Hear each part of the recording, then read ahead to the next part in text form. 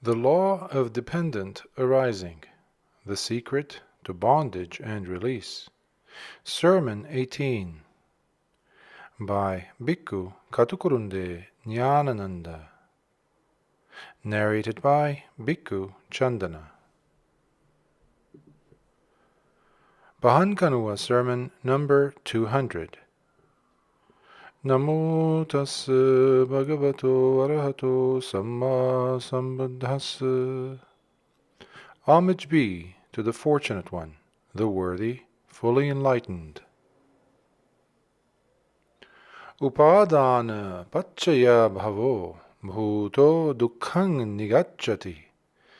Jātassa maranang hoti eso dukkhassa sambhavo. Tasma Upadhanakaya sammadanyaya pandito jātikkayang abhinyaya nāgaccanti punabhavang. Dvayatānupassana Sutta, Sutta. Dear listeners, religious teachers from ancient times have introduced various theories and views in an attempt to reveal the secret of continued existence. Some even attempted to hand over the responsibility of existence to gods and Brahma. The Buddha, disproving all these theories and views, disclosed that grasping, Upadhana, is the root cause of existence, as clearly explained in the law of dependent arising, Paṭicca Samuppāda Dhamma. We have chosen as the topic of this 18th discourse on Paṭicca Samuppāda 2 verses that shed light on our subject. These 2 verses are also from the Dvayatānupassana Sutta of the Sutta, which has already provided us with suitable topics for several discourses on Paṭicca Samuppāda. I have explained its style of presentation on earlier occasions. It is a sutta where the Buddha makes a very impressive analysis of the duality of arising and ceasing, surveying it from different angles. This is how the Buddha introduces the 2 aspects, arising and ceasing, with regard to grasping Upadhana, which is a link in the Paṭicca Samuppāda. Monks, if someone inquires whether there could be another mode of contemplating dualities, you must reply in the affirmative. How is it possible? Whatever pain arises, all that has grasping as condition. This is one mode of contemplation. With the total detachment and cessation of grasping, pain ceases to be.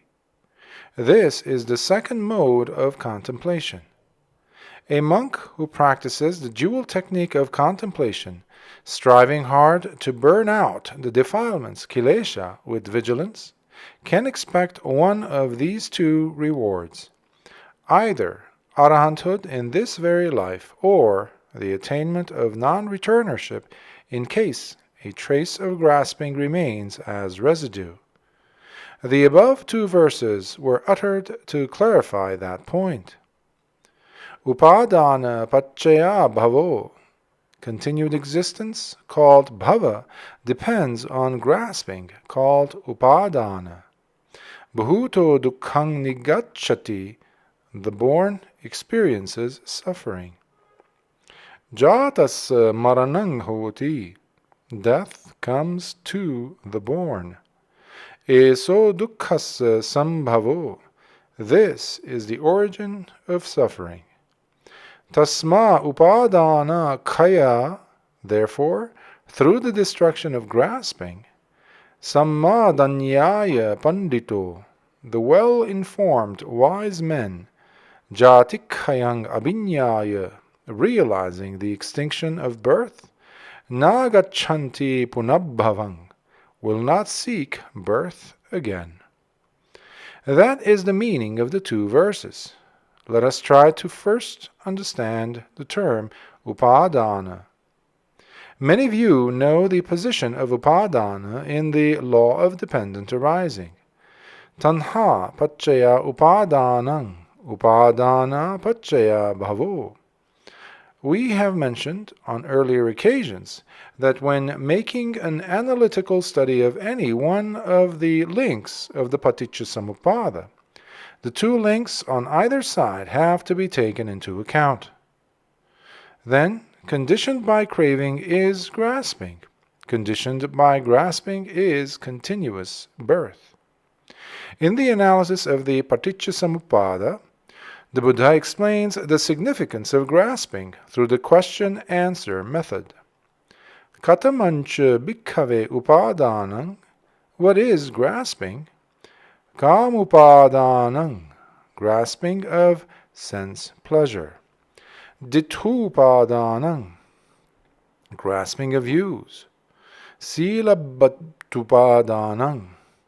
Grasping rules of morality and views. Attavādupadānaṃ. Grasping of the notion of self. This term, Upadhana, also deserves some thought. The prefix upa gives the general idea of closeness, coming near, sometimes explained as upeti upadhyati, reach close and grip.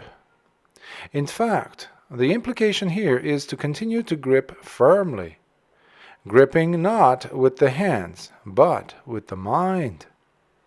Now, when discussing Upadhana, you are automatically reminded of the often mentioned topic, Pancha Upadhana Khanda, the 5 heaps of grasping, Rupa, Vedana, Sanya, Sankhara, and Vijnana, physical form, feeling, perception, preparations, and consciousness. These are the 5 heaps we reach and grip. Etang mama, eso hamasmi, eso me atta. This is mine, this am I, this is myself. The Mahapunnama Sutta of the Majjhima Nikāya refers to a certain moonlit night when the Buddha allowed the monks to ask him questions. A monk on this occasion asked 2 questions about Upadhana and Upadhana Khandha. What is the root cause of the 5 aggregates of grasping? King Mulaka. The Buddha replied, Ime ko bhikkhu panchupadana khandha chanda mulaka. Chanda, or desire, is the root of the 5 aggregates of grasping. The term chanda embodies the idea of tanha. Chanda is wish. Now comes his second question, which seems complicating at a glance. Venerable Sir, is Upadhana the same as Pancha Upadana Khandha, or are they different? The reply is, Monk, grasping and the 5 aggregates of grasping are not identical, nor are they altogether different from each other. If there is any desire towards the 5 aggregates of grasping, that is called grasping. Dear listeners, you must remember that the lustful desire towards the aggregates is the quality of grasping within it. Now let us find out what bhava means in Upadhana paccaya bhavo. The general meaning is existence, but on hearing the word, many think of different worlds, such as the world of sensuality, the world of form, and the formless world. The connection between becoming, bhava, and the mind is not clear to many. That perhaps is the reason why Venerable Ñāṇananda once asked the Buddha, Bhavo bhavo ti bhante vucchati, kittavata nukho bhante bhavo hoti. Venerable Sir, existence, existence, they say. To what extent can it be called existence? Then the Buddha replied as follows, Ananda, in the absence of a kamma, action, that could carry its results into a sensual sphere or a sensual world, kama dhatu, is sensual existence possible. Here, kama dhatu refers to a world of sensuality. Venerable Ananda replies, "No, Venerable Sir." Then the Buddha explains his position using some unusual terms. Kammang hetang, vinyanang bijang, tanha sineho. Kamma is the field, consciousness is the seed, craving is the moisture. The consciousness of beings who are overwhelmed by ignorance and tied down by craving tends to seek birth in a sensual world. Now it's clear that birth in a sensual world takes place in a field called kamma with vijnana as the seed, when the moisture of craving is available. Venerable Ananda's second question was somewhat similar to the first, though based on a world of form.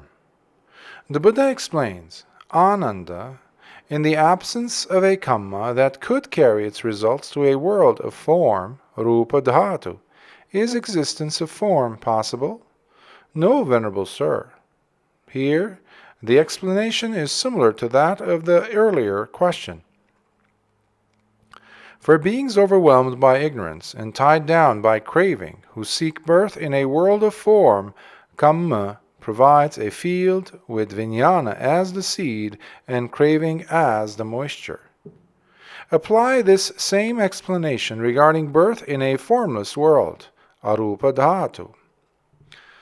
Existence in a formless world is possible only if a kamma conducive to such a birth is present.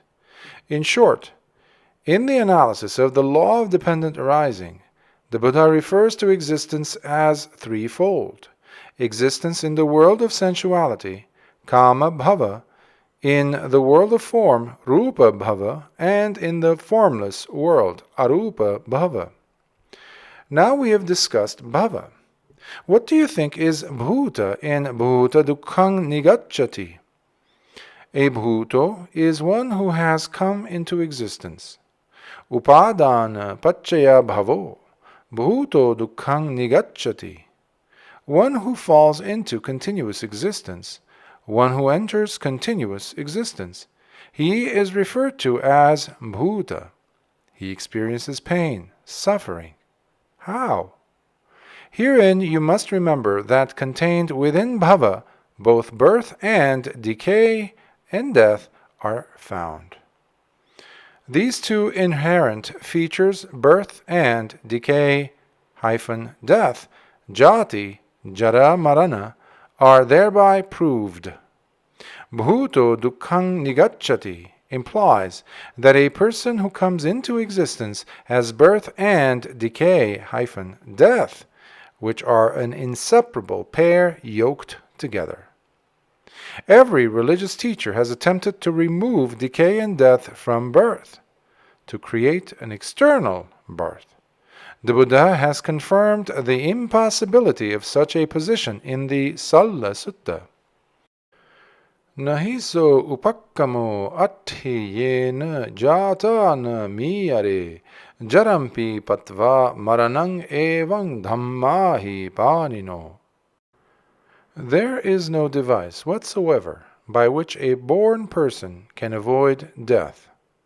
Death is certain even after decay. This makes it clear that Upadhana, grasping, has existence within it. Grasping is suggestive of existence. If grasping is suggestive of existence, the idea of birth, decay, and death are also obvious. That is why the above verse winds up with eso dukkhassa sambhavo. That itself is the arising of suffering. That is the positive aspect. The other verse suggests tasma, therefore, with the total destruction of grasping, sammadānaṃ pandita, the wise with right understanding, jātikkhayaṃ abhiññāya.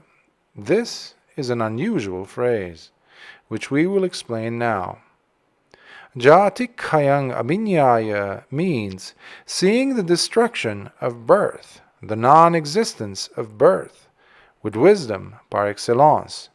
Nāgachanti punabhavang, do not seek rebirth again. Due to this series of discourses on the law of dependent arising, we were compelled to talk of a direct order procedure and a reverse order procedure. Now you are familiar with it by reading and listening to it often. This is how the direct order begins. Avijja paccaya sankhara, sankhara paccaya viññāṇaṃ, viññāna paccaya namarūpaṃ. It ends with Jati paccaya jara maranaṃ, soka parideva dukkha domanassa upayasa sambhavanti. Evametasya kevalasya dukkha khandasya samudayo hoti.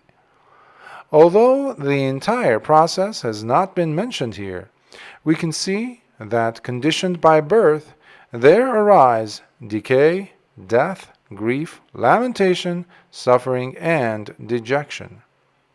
In this manner, the entire mass of suffering arises.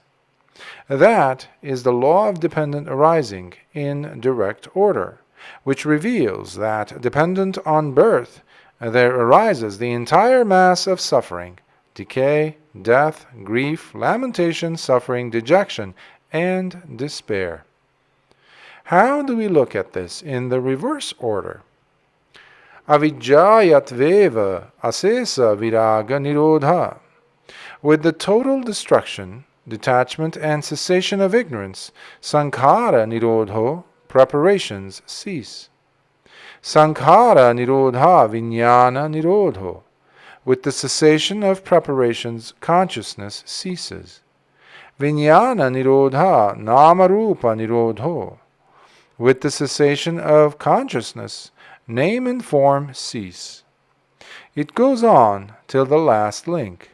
Jati nirodha jara marana soka parideva dukkha domanassa upayasa nirujjanti.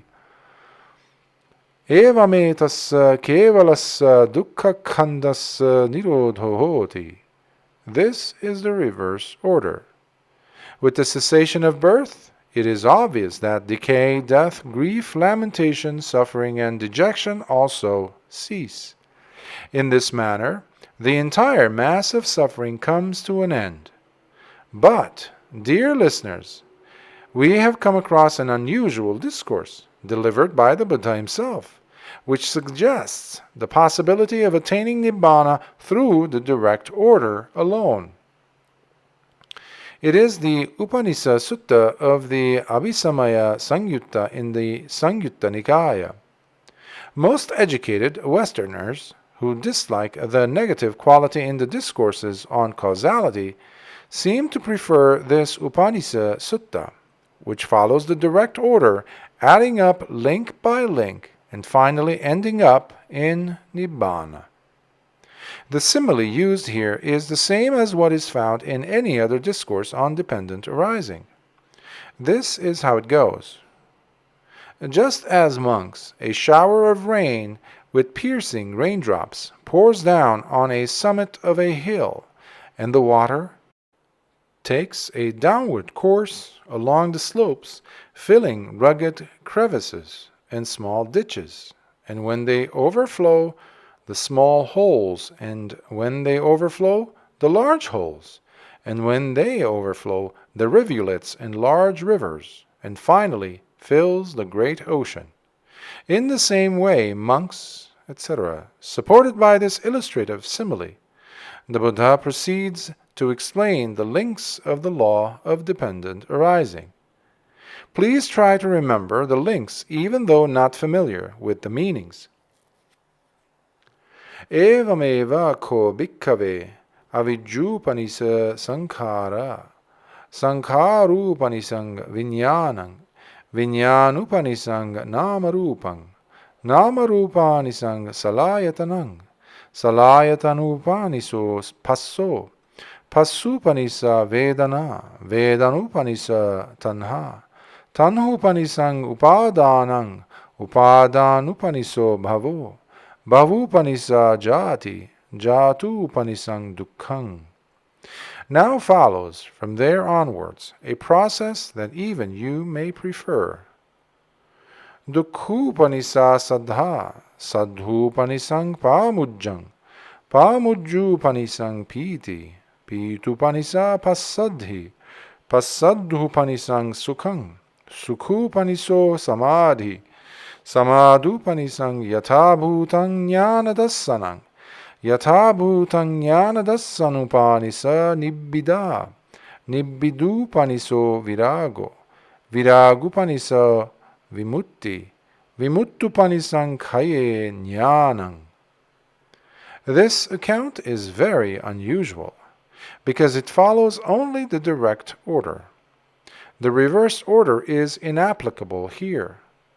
The turning point between the two processes is dukkha, suffering.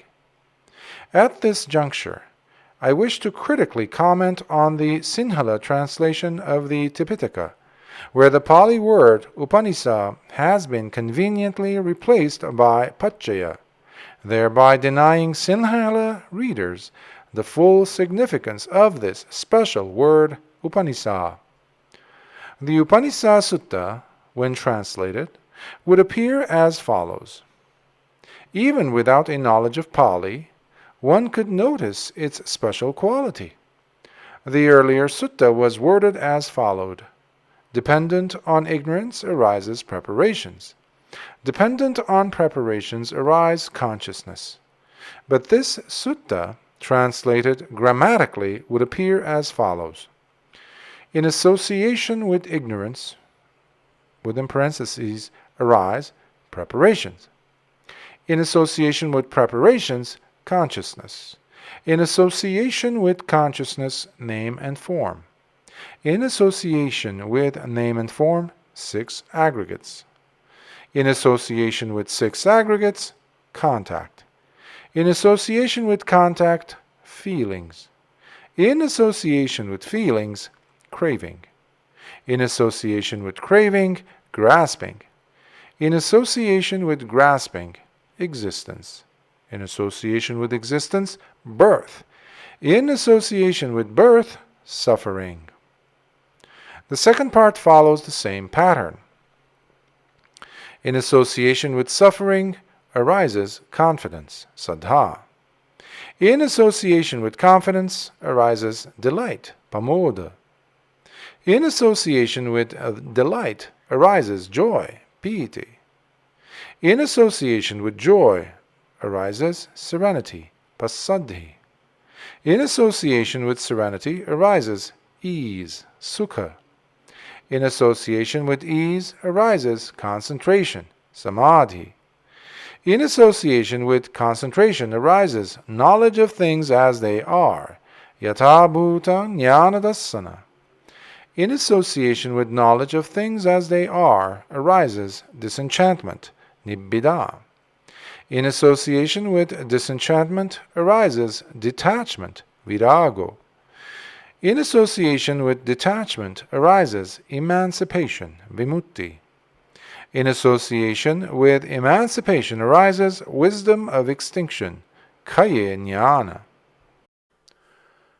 I hope my listeners have got at least a general idea of the grammatical problem here. The translation appears different because what is conveyed here is peculiar. Let me try to give you a general idea. You know that the term paccaya in this 12 links of the law of dependent arising is repeated without any change. Avidya paccaya sankhara, sankhara paccaya viññāṇaṃ, etc.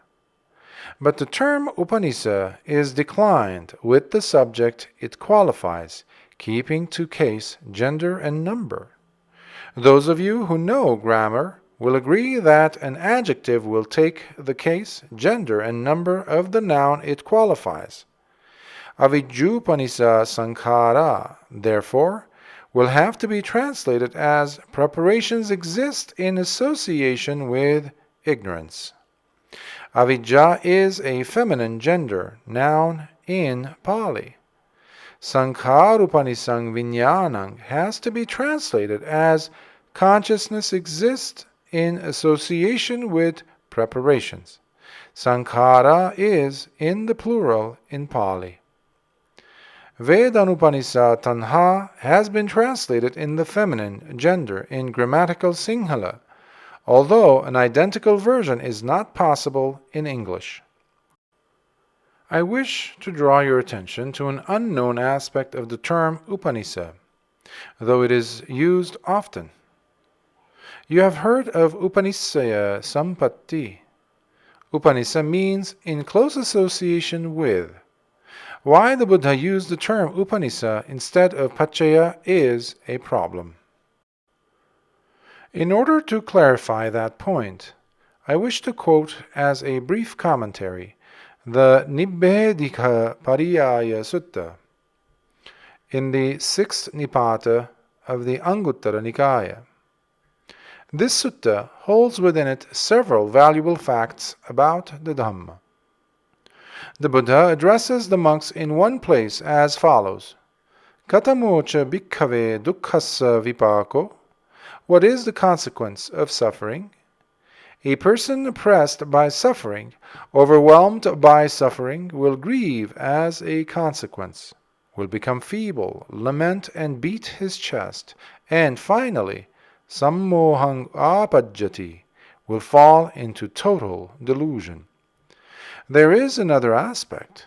Instead of crying and lamenting, overwhelmed by grief, some may react in a different way. Bahidha pariyeti apajjati, ko ekapadang dvipadang janati imas dukkhas nirodhayati. He directs the searchlight outwards. Who knows a line or two to help me cease this suffering? Here, the Buddha summarizes this situation into an amazing theory. Sammoha vepakkang vahang bhikkave dukkhang vadami pariyeti vepakkang va. Monks, I declare two reactions to suffering, either total delusion, sammoha, or search, pariyeti. You may have now tuned in to the drama of Patachara or Kisa Gotami. Both reactions are involved here. Imagine the plight of Patachara, who lost her husband, her 2 sons, and her parents, and was driven into a state of lunacy. She was humiliated and beaten on the roads. An unknown noble friend directed her to the world's greatest and noblest friend. The outcome was that she became an arahant, Teri. Kisa Gotami's drama was not different either. A mad woman who walked the roads, seeking for medicine for her dead child on her shoulder. She was ridiculed, though not beaten up.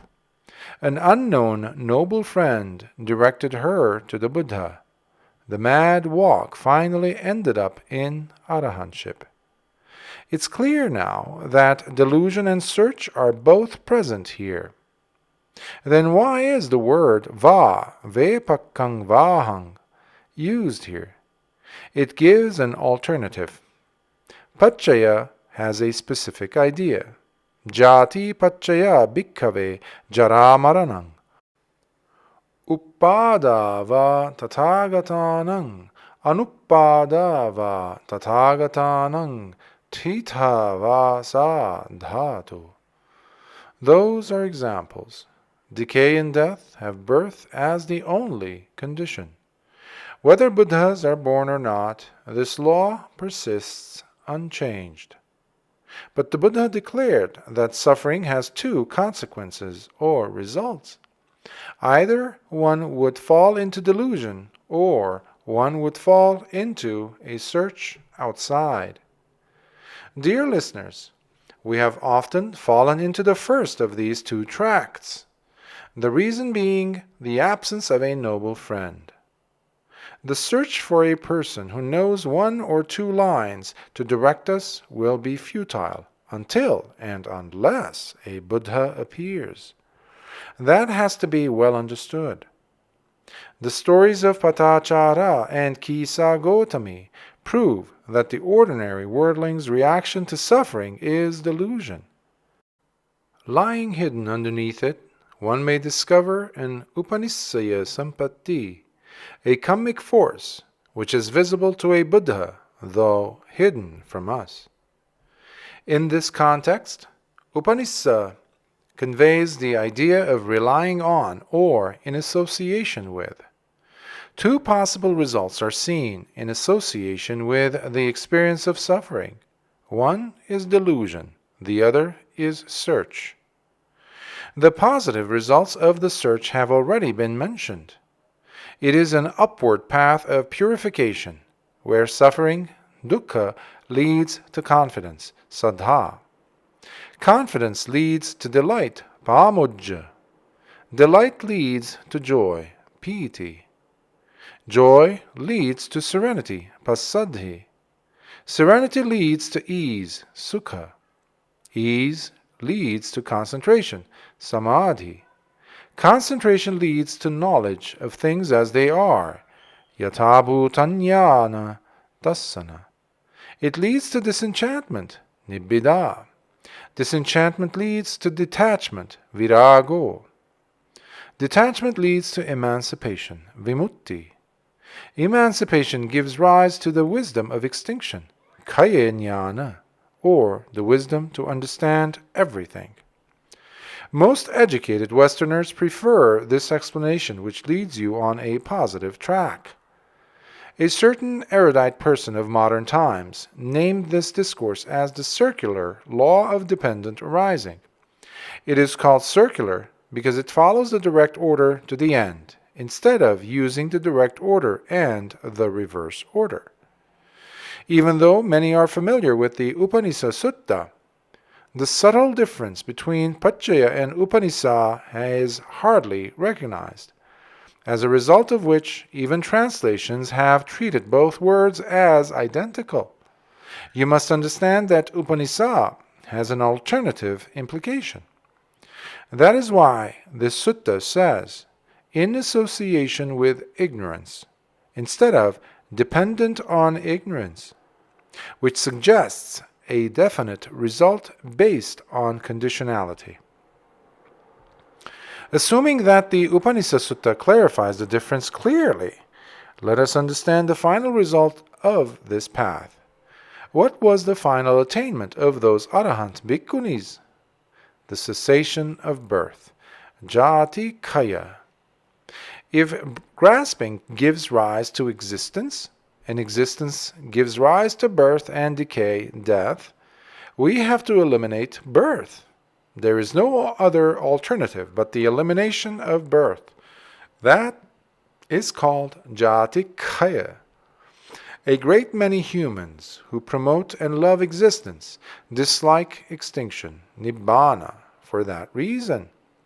It becomes the Nibbāna of Sayadaws, Simple Simon. You cannot bargain for birth totally free of decay and death. Elimination of birth is the only solution to the misery that follows. How could birth be eliminated? By eliminating grasping. It is the stage which is totally free of craving, desire, and lust. You can understand the significance of this sutta from whichever aspect you scrutinize it. Then let us look at it from another angle. We just now said that one comes to know through highest wisdom the total eradication of birth, Jināti kaya. How is that possible? How can one know that birth has been totally wiped out? The Buddha has been able to, for some reason, declare that there will be no more rebirth for him. Natidhani punabbhavo. Similarly, arahants are referred to as eliminated birth. Kina jati vusitang brahmacharyang. The problem is, how are we to know whether birth has been eliminated? The solution to this problem will also clarify the suttas that deal with the profundity of Nibbāna. The Ajata Sutta in the Itivuttaka provides an ideal solution to our problem. First, make yourselves familiar with it in Pali. Athi bhikkhave ajatang abhutang akatang asankhatang noche tang bhikkhave abhavissa ajatang abhutang akatang asankhatang naidha jatasya bhutasya katasya sankhatasya nissaranang panyayet. This declaration invites for deep contemplation. The Buddha emphasizes the existence of something which the worldlings never ever thought of. You will understand it as we translate the statement. Athi bhikkhave ajatang abhutang akatang asankhatang.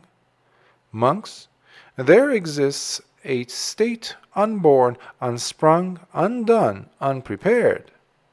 Noche tang bhikkhave abhavisa ajatang abhutang akatang asankhatang. If such an unborn, unsprung, undone, unprepared state was non-existent, naidha jatasya bhutasya katasya sankhatasya nissaranang panyayet. It would be impossible to declare the security of a state unborn, unsprung, undone, unprepared, attainable in this birth itself. Then the Buddha declares the same statement in the positive order. Yasmacha ko bhikkhave athi ajatang abhutang akatang asankhatang tasma jatasya bhutasya katasya sankhatasya nissaranang panyayati ti.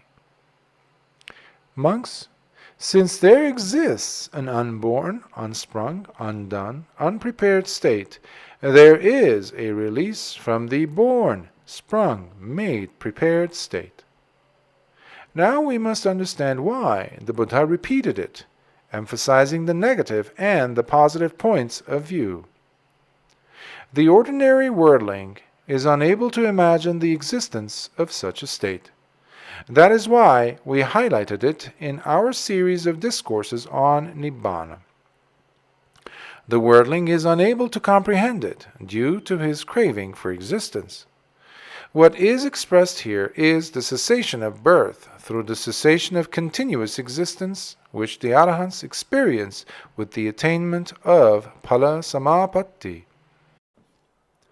As they transcend the world, they experience that continuous existence is dependent on the six aggregates, and their cessation leads to the cessation of continuous existence. The final mental state of the Buddha and the Arahants is the fruition of this realization. Based on this realization, Nibbāna is called Tānaṃ Lenaṃ Dīpaṃ Saranang Parayanang, a protection, a cave, an island, a refuge, a support. Whenever the Buddha and the Arahants are in a relaxed state of mind, they dwell on the elimination of existence, Bhava Nirodha, described as Bhava Nirodho Nibbānaṃ. If existence is a fire, its elimination is the extinction of the fire. The mind, firmly established in this state, far removed from the excitement of the world, cannot be disturbed even by thunder. What is the nature of the mind at that time? The truth has been realized. The end of birth has been attained.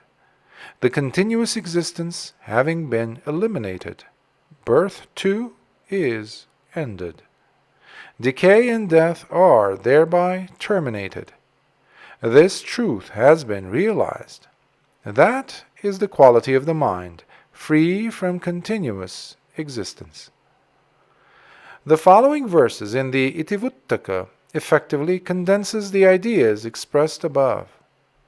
Jātaṃ bhūtaṃ samuppannāṃ kataṃ saṅkhatamadhuvāṃ jara marana sanghātaṃ roganiddhaṃ pabhanguraṃ āhāra netti pabbhavaṃ nālaṃ tadabhinanditum tassa nissaranaṃ santaṃ atakkāvacaraṃ dhūvaṃ ajātaṃ asamuppannāṃ asokang virajang padang nirodho dukkha dhammanang sankharupasamo sukho.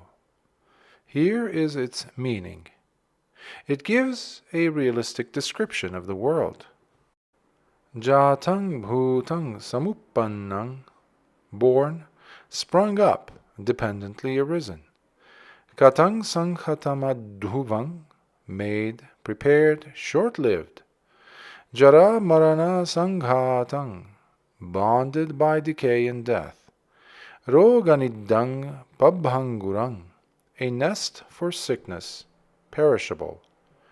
And what is the nest made up of? Ahara niti pabhavang, born of craving for food. Nalang tadabhinanditum, not fit to take delight in. Tassa nissaranang santang atakka vacharang dhuvang. Departure from this is called Nibbāna, which is peaceful, beyond reasoning and enduring. Ajatang asamuppannang asokang virajang padang, unborn, not dependently arisen, free from grief and attachment. Nirodho dukkha dhammanang, ceasing of all factors of sorrow. Sankharupasamo sukho, stilling of all preparations is bliss. What is remarkable is that any verbal account about Nibbāna begins with the term sankhara samatho, stilling of preparations. For instance, etang santang, etang panitang, yadidang sabba sankhara samatho, sabbupadhi patinissago, tanhakkayo, virago, nirodho nibbāna. That is clear proof that with the cessation of preparations, all that is associated with it, inclusive of existence, ceases, because existence is dependent on preparations. I would like to make a comment here. Unfortunately, many have misinterpreted the term asankhata. Instead of understanding it as a state free of preparations, it is treated as a thing. The unprepared has become a world. Even Nibbāna has been converted into a world. A transformation has taken place within the Dhamma. That is why we have tried to explain to you the implication of asankhata, the unprepared. That realization is called anidassana vijñāna, a state of consciousness which does not display name and form, nama-rupa, which represents the entire world. This mental state, too, had been misinterpreted as a world. We have attempted to clarify in our discourses on Nibbāna, particularly in some of our recent discourses, that anidassana vijñāna is not a world, but a realization attainable through the cessation of continuous existence, bhava. As further clarification, I would like to point out something unforgettable. On the front cover of the book, Paṭicca Samuppāda, just out from the press, you see two bundles of bamboo, one leaning against the other, so dependently that if one is pulled out, the other falls. This demonstrates the mutual dependency, anyamanya paccayata, between consciousness and name and form, as explained by Venerable Sariputta. With reference to this, we have brought out as an analytical explanation a very deep and valuable sutta called Mahanidāna Sutta. The Buddha's declaration of mutual dependency, anyamanya paccayata, between consciousness and name and form, based on dependent arising, is condensed in the Mahanidāna Sutta as follows. Ettavata ko ānanda jayeta va jiyeta va miyeta va chaveta va upapajjeta va ettavata adivachana patho ettavata nirutti patho ettavata panyatti patho ettavata panyavacharang Ettavata vattang vattati itatthang panyapanaya yadidang namarupang saha vinyanena. This is its translation. Ananda, to this extent does a person's birth or decay or death or departure or rebirth takes place. Next, he deals with another aspect. To this extent is a path of attribute, adhivachana, a path of etymology, nirutti, a path of manifestation, paññāti, displayed. Concealed within these three words is the secret of language and logic. Only to this extent is it possible to express a path of attributes, a path of etymology, and a path of manifestation. Furthermore, the Buddha says, Ettavata paññāvacharang. To this extent does wisdom reach. This means that wisdom can reach in between name and form and consciousness, but not beyond. Next comes an explanation as to why the simile of the vortex was used. Ettavata vattang vattati ittattang paññāpanaya yadidang namarupang saha vinyanena. Ananda, to this extent does the vortex whirl, for the continuity of existence. That is as long as name and form together with consciousness. We too have referred to the simile of vatta, the vortex, to clarify this point. It is not our own creation, but a simile hidden among the suttas. The vortex whirls only as long as name and form goes with consciousness. One can take birth, go through decay, death, pass away, and seek birth again only as long as name and form twirls with consciousness. Only to that extent can language and logic hold sway over beings. Only to that extent can wisdom penetrate. It cannot go beyond. Only to that extent does the entire vortex or whirlpool of existence, samsara, whirl. The two words referred to above are the most significant, that is, name and form and consciousness. Namarupang saha vinyanena. We have attempted to emphasize the significance of this duality by using similes such as Narcissus and that of the dog on the bridge.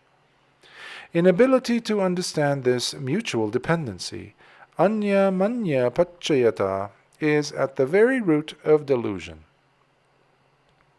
In popular games such as cricket or draughts, you see a clear division into two sides without understanding the mutual dependency of one on the other. This inability to understand it leads to a process of preparations, sankhara, between name and form and consciousness that results in the 6 sense spheres. Here too, the presence of duality is significant, such as the eye and physical form, ear and sound. We have discussed this on earlier occasions. This process goes through contact, feeling, craving, and ends up in suffering. This is the secret hidden behind the statement. Ananda, to that extent, does the undercurrent spin for the continuity of existence. That is, as long as name and form spins with consciousness. Whenever one realizes this relationship and break them apart, suffering ends. I am sure you remember how the Bodhisattva Vipassi contemplated on the law of dependent arising in the reverse order. Kim paccaya jara maranam. Dependent on what is decay and death? Birth, jati. In this manner he proceeded until he saw that name and form, nama-rupa, is dependent on consciousness, vijnana, and consciousness is dependent on name and form. He couldn't proceed further because the secret key to the solution lay there. Due to the ignorance of the mutual dependency between these two, the view of self, sakkaya ditthi, or the view of I, arises. ignorance paves the way for a division into two camps, two teams. An ideal example is the game of chess between two good friends, Ajit and Sumit, who challenged each other over a game. What takes place in this world is similar. Narcissus assumed his own shadow to be a goddess, and that explains the notion of self, Sakkaya Ditthi. Now you can understand this delusion arises between these two, name and form in consciousness. It is absolutely essential to realize with wisdom that name and form is substanceless. It is a mere shadow. That is why we did an etymological study of these terms. Form in name and form is nominal form. It is a form only in name. Name in name and form is a formal name. It is an apparent name. Here, name does not refer to the accepted names used in this world, but the 5 qualities of name called feeling, Vedana, perception, Sanya, intention, Cetana, contact, Phassa, and attention, Manasikara. It is a formal name given to name. Let us understand it as only a formal name. Form, Rupa, here refers to the created notion of form in association with the 4 great primaries, Mahabhuta. That is why we call form nominal form. This game takes place within the illusion of consciousness due to the inability to identify the two. 2 camps have been formed in samsara as self and others, as myself and the world. The root cause lies hidden there. The Nibbāna Sutta has been named so because it reveals these underlying facts regarding the primaries. Now let us discuss how to attain its realization. Instructive verses are found here and there for this purpose. The Muni Sutta of the Sutta Nipata is one such example, although it has not drawn much attention. Sankhaya vatthuni pamaya bijang sinehamassa nanupavecce save muni jati khayanara dassi takkang pahaya na upeti sankhang. This verse is extremely deep in meaning. It discusses the qualities of a Muni, an Arahant. This jewel of a verse, uttered by the Buddha, extremely deep in meaning, describes a sage, Muni, an Arahant. Sankhaya Vatthuni, here Vatthuni means land or a field. Try to recall what helped the Vijnana to establish itself. Kammang khetang Vijnanang bijang tanha sineho. If beings blinded by ignorance, tied by craving, seek birth in a world of sensuality, or a world of form, or a formless world, Kamma serves as the field, consciousness as the seed, and craving as moisture. This idea is condensed in Sankhaya Vatthuni Pamaya Bijang, correctly identifies the field and the seed of consciousness. Sinehamassa nanupavecce. He refrains from watering it. He identified the field correctly, and he identified the seed correctly. So he waters it no more. Then what is the result? Save muni jati kayanatadassi. He indeed is the sage who has seen the cessation of birth.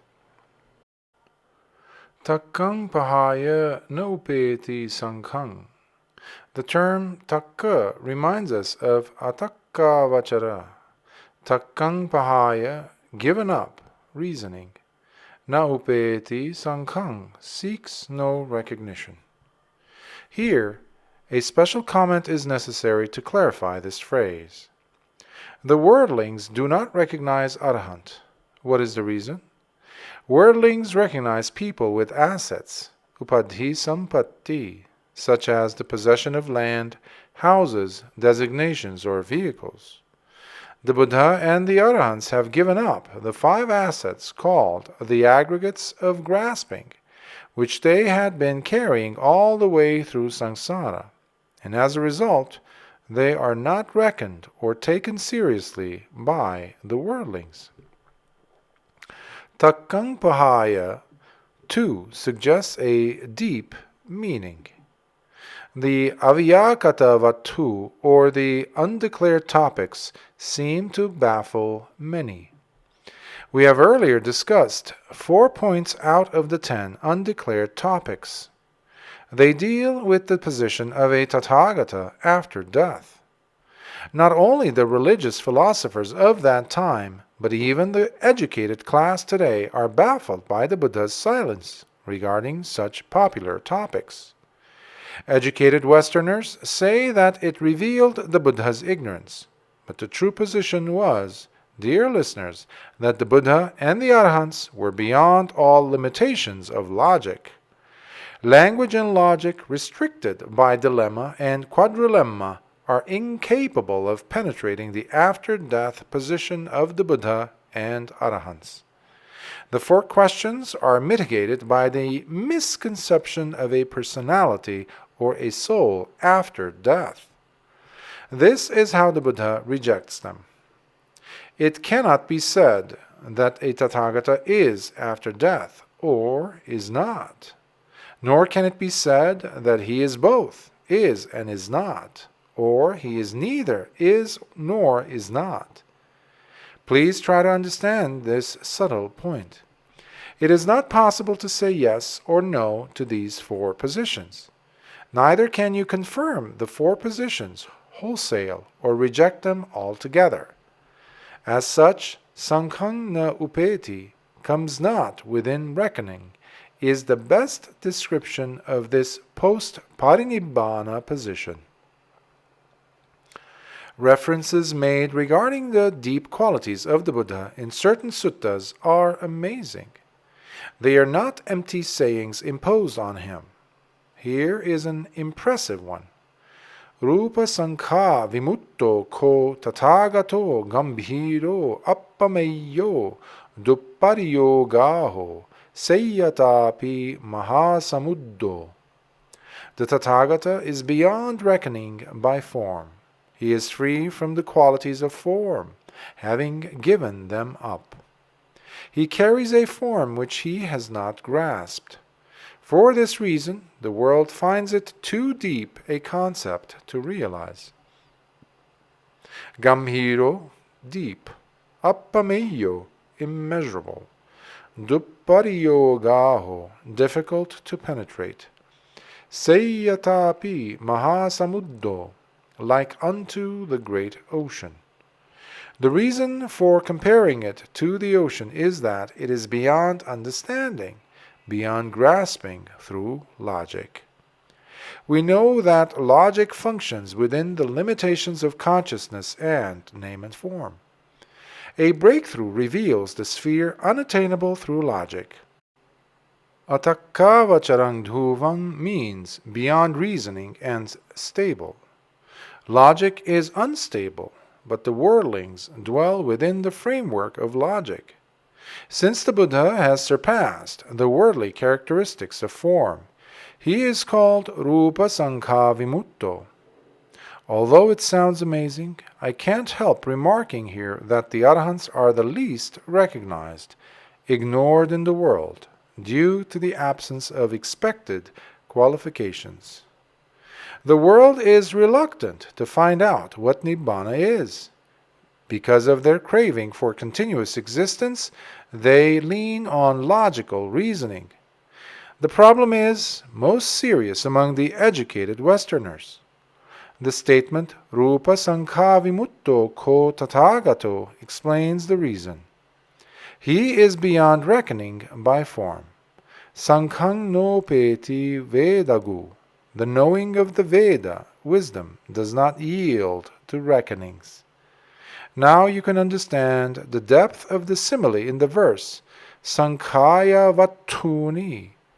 An arahant understands the true nature of the field, Pamaya Vijang. He understands the deceptive nature of the seed of consciousness, Sinehamasa Nanupaviche, and he prevents the rain of craving supplying moisture. Save muni jatikayantadasi. He is the sage who sees the cessation of birth. This idea is found in several places in the Sutta Nibbāna. Here is another statement about the sage in the Sutta Nibbāna. Yo jata muchijja na ropaye, jayanta massa nanupaveche, jatang uchijja, uprooting what is born, na ropayeya, refrains from planting, jayantamasa nanupaveche, abstains from supplying water to what is growing. Arahants live but do not nourish life. They do not accumulate any kamma. This explains the state of release, described in several suttas. To put it in brief, the arahant with correct understanding prevents the seed of consciousness growing in the field of kamma, nourished by the moisture of craving, thereby putting an end to existence. Let us condense this idea further. Upadhana paccaya bhavo, anupada parinibbānaṃ. Existence is dependent on grasping. Detachment brings extinction. Many get caught up here because Parinibbāna reminds them of the Mahāparinibbāna Sutta. Parinibbāna does not refer to the death of the Buddha or an arahant. It refers to the moment the Buddha or an arahant attains fruition of arahanthood, experiencing the cessation of existence and the cessation of birth. Those who have a confused notion regarding this have distorted even very clear suttas. Let me give you an instance of a clear sutta. This is an occasion the Buddha talks of himself.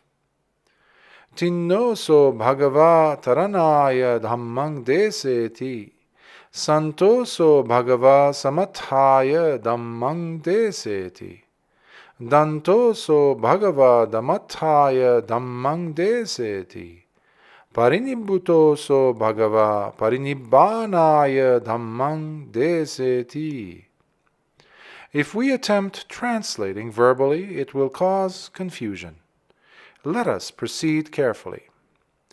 Tinnoso bhagava taranaya dhammang deseti. Having crossed over, the fortunate one teaches the Dhamma for others to cross over the ocean of samsara. Santoso bhagava samathaya dhammang deseti. Having attained peace, the fortunate one teaches the Dhamma for others to attain peace. Dantoso bhagava dhammathaya dhammang deseti. Having restrained himself, the fortunate one teaches the Dhamma to restrain others.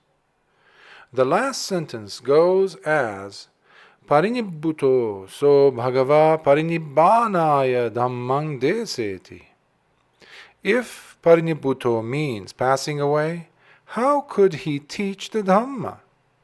Parinibbuto bhagava means free from the world, free from everything worldly.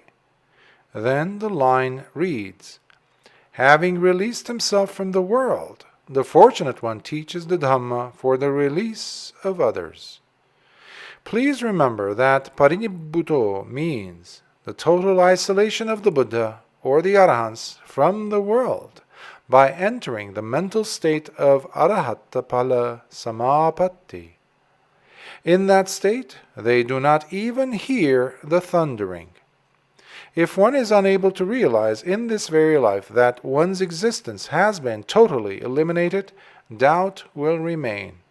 Doubt is ignorance. That means ignorance has not been totally eliminated. The most precious word in the Buddha's teaching crops up here. Dittheva dhamme, in this very birth. Many people try to evade this word. In this very birth, one can attain the cessation of existence following the Buddha's teaching. No other religious teacher has been able to show the path to cease existence in this very birth. The Buddha has shown the way to cessation of birth, cessation of decay, death, cessation of suffering, which explains the Jāti Kayanta Dasi, Kina Jāti, Nathidani Punabhavo. They testify to the fact that the Buddha had no more births. He had reached the highest stage, Phala Samapatti. So had the Arahants. The ordinary worldlings are unable to understand this discontinuity of the relationship between consciousness and name and form. They can only see the continuity of the physical form and the natural functioning of the five senses. The Buddha and the Arahants live their lives. They partake of food, but the release they attained, vimutti, continues, though not visible. It is the release, vimutti, that becomes their refuge at the last moment. Today we were compelled to speak in a forceful tone. The reason is, many have distorted the Dhamma due to lack of penetrative understanding.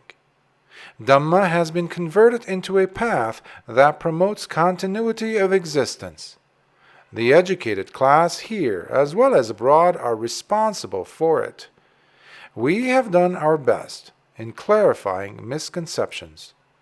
I am sorry, I have to state facts. Dear listeners, this is enough for today. I wish to remind you to adopt yourselves to the Buddha word. Sammoha vepakkahang bhikkhave dukkhang vadami pariyetti vepakkang va. I declare that the outcome of misery is twofold, either delusion or search. The search can be fulfilled only during a period the Buddha's message survives. Suffering causes delusion endlessly in samsara. Kisa Gotami, Patachara, and many others, overwhelmed by misery, found the doors of Nibbāna open to them because the Supreme Friend, Kalyanamitta, the Buddha, showed the way. His path began with Dukkhupanisa Saddha Saddhupanisang Pamojjang. Misery gives rise to confidence. Confidence leads to delight, and proceeded on the positive track. I want you to realize the value of this present moment and put it into practical use. This discourse may have appealed to some, but irritative to some. Anyway, I hope you will understand the Dhamma. Realize the importance of Dittheva dhamme in this life itself. Clarify any doubts and make the determination to tread the path of positivity, even though you may be immersed in misery. We wish you would realize the four paths and fruits of purity through the perfection of your meditation, inspired by the precepts followed, meditation practiced, and the discourses you have listened to, before the lamp of the Dhamma is extinguished. Whatever beings there be, from the lowest hell Avicii to the highest Brahma world, Akanitta, may they rejoice in this discourse, and may they attain the peace of Nibbāna. Sadhu, sadhu, sadhu.